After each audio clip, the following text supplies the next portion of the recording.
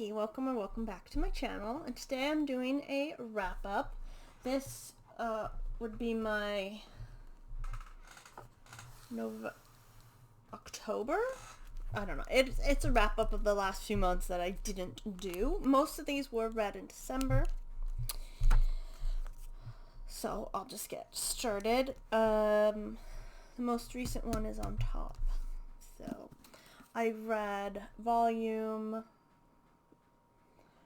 100, 101, and 102 of One Piece, the omnibus. They are still in Wano, the samurai-like place, and they are just fighting all the bad guys. So that's kind of it. That's kind of the whole, they're all just having a big battle at Kaido's castle, and yeah, it's very good. You know, I love it.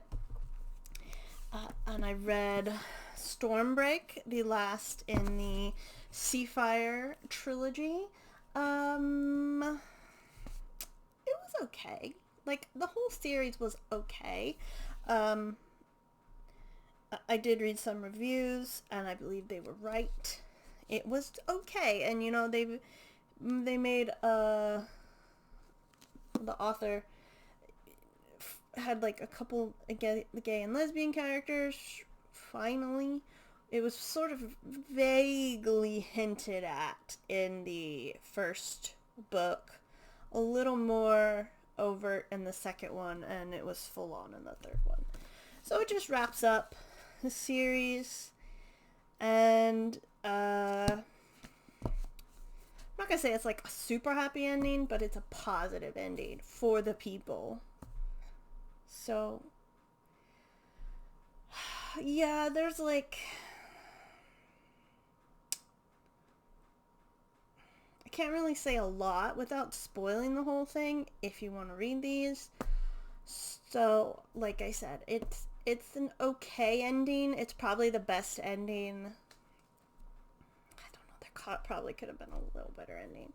And you know, in the end, everyone sort of has time to heal from this whole torture they've been through their whole lives, especially the bullets, who've basically been on drugs since they were children. So yeah, it was okay.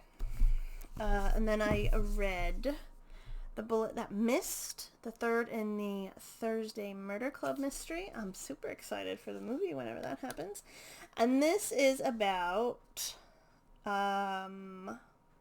Elizabeth. It's about the whole crew, obviously, but Elizabeth gets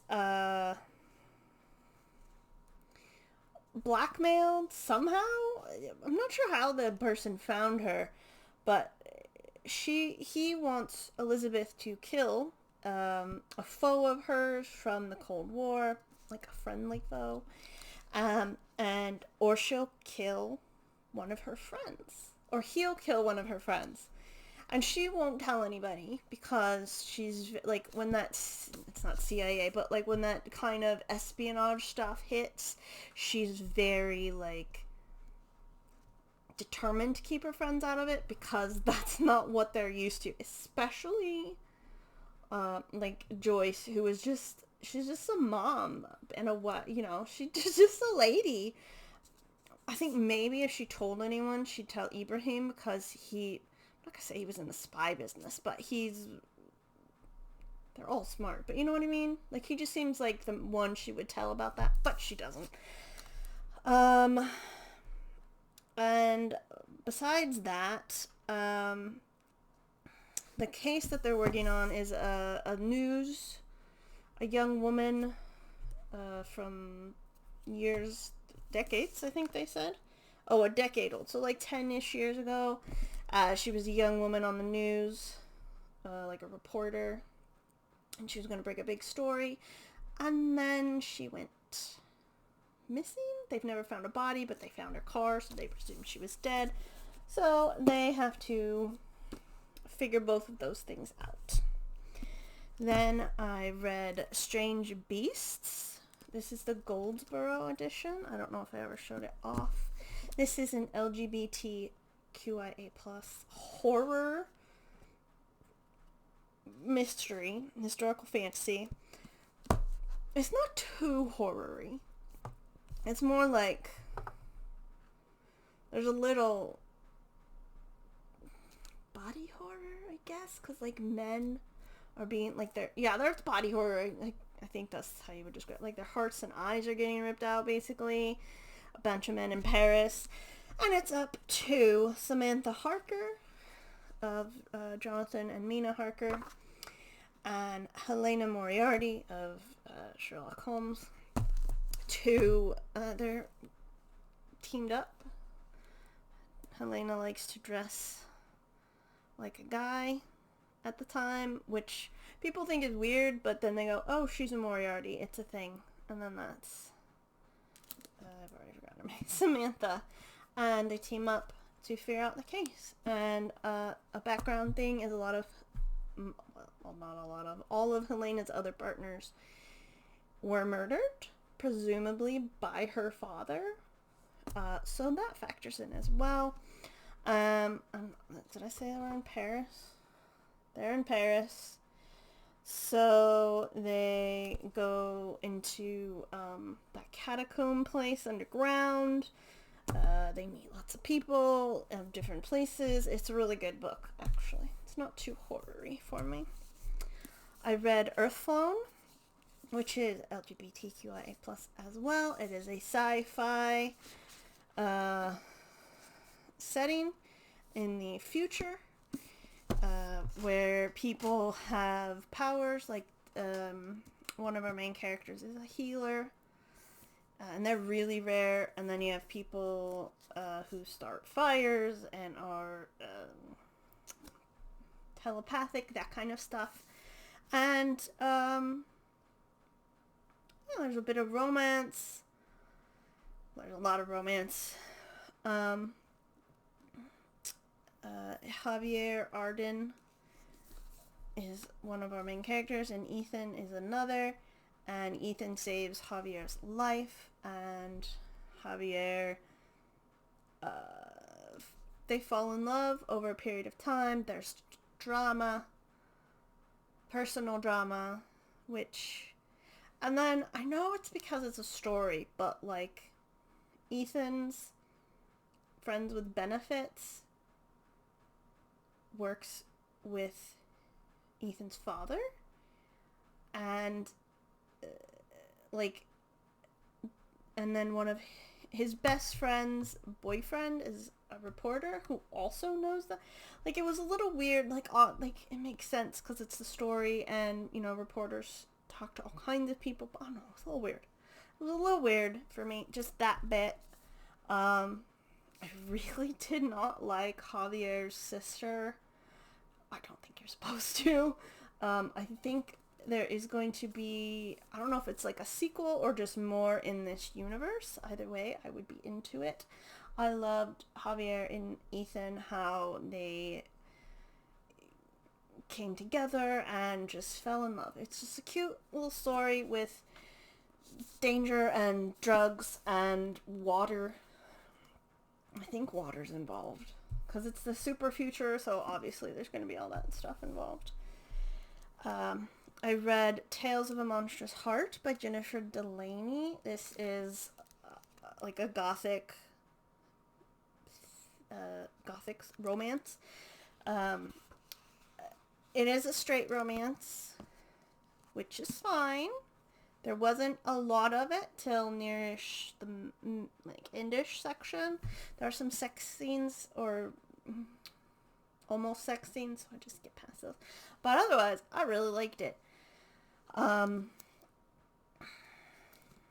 It's about Catherine, who is Fae, and she has magic, but of course the non-Fae are like, ew, she's gross. Because there was like a whole mortal versus Fae war thing, and there's just like a whole, if you're not human and have magic, you're basically shit upon, basically.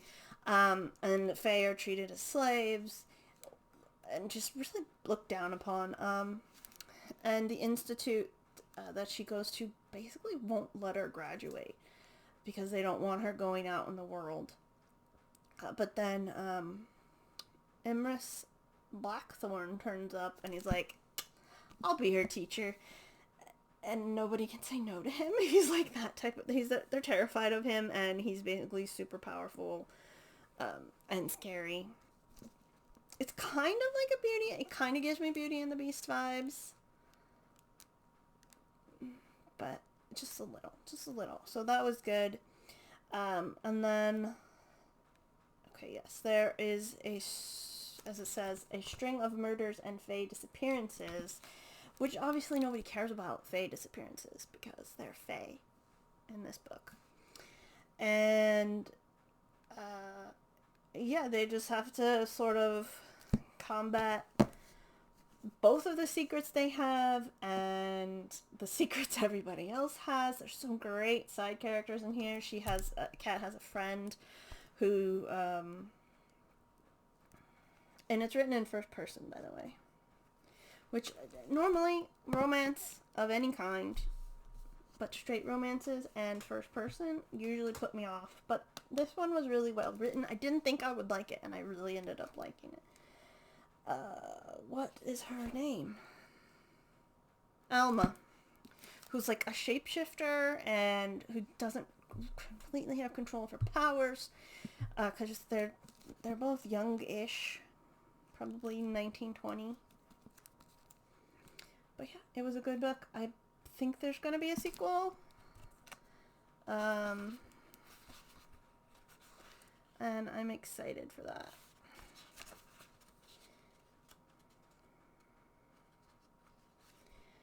So, yes. And then I love this cover as well. And then I read Ashes of the Sun by Django Wexler. This also has LGBTQIA plus romance, but that's not the main point, like the other one. Well, these Strange Beasts, the romance wasn't a main point. It built up over the course of the book. And this is about two siblings.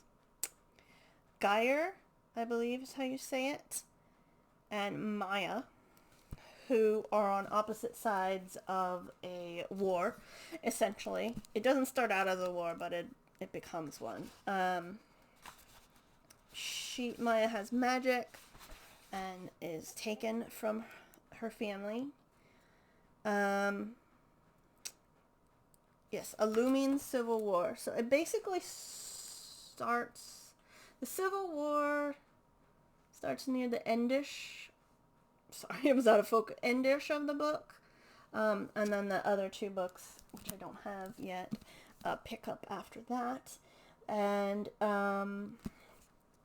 it's set in this place. And basically the magic place that Maya belongs to is sort of like in control of everything.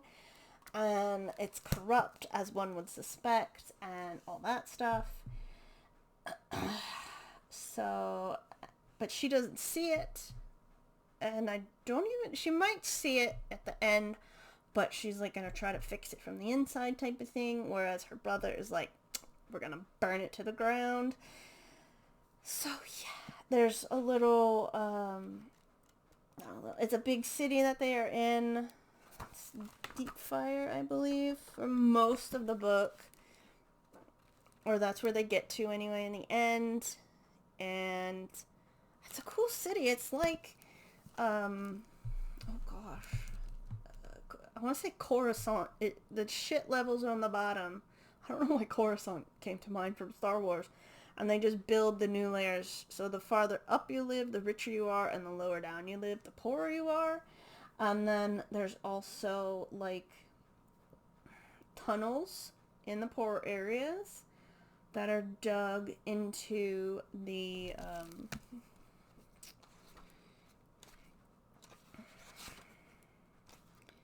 mountain that it sits next to, because there was a war between humans and ghouls. Like zombie ghouls, but they were more sophisticated. And the ghouls had all this... magical kind of stuff.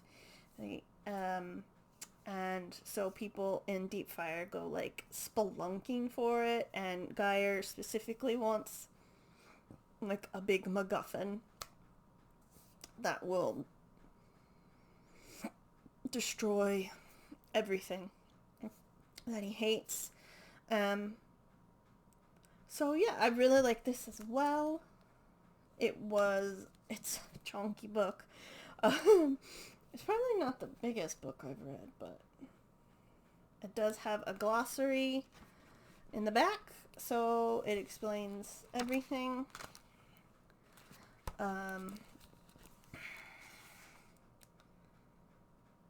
Oh yes, it's the Dawn Republic is the place in charge. The Chosen are like the gods that fought the ghouls. What an elder race. And yeah, there's a lot of lore. I'd be interested in like a series set before this. Just like a lore dump, basically. But yeah, it was interesting. I really liked it. There were a couple of spots where I thought Geyer was gonna meet Maya. Like a couple of times he was fighting the magic people. But when they finally did meet, it was like, oh shit, you know? And then they had to really like think about what but at some point Geyer was just too far gone, and he's just gonna continue. I think he wanted to save Maya at first, but now that he's seen that she's like indoctrinated, I don't think he cares so much about that. He just wants to burn it down. So yeah, those are all the books that I read last year. November and October and December. I don't think I read any books in November.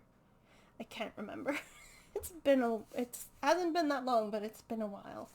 So yeah, that's it. Thank you very much for watching. I hope you have a great day, and I'll see you in the next video. Bye.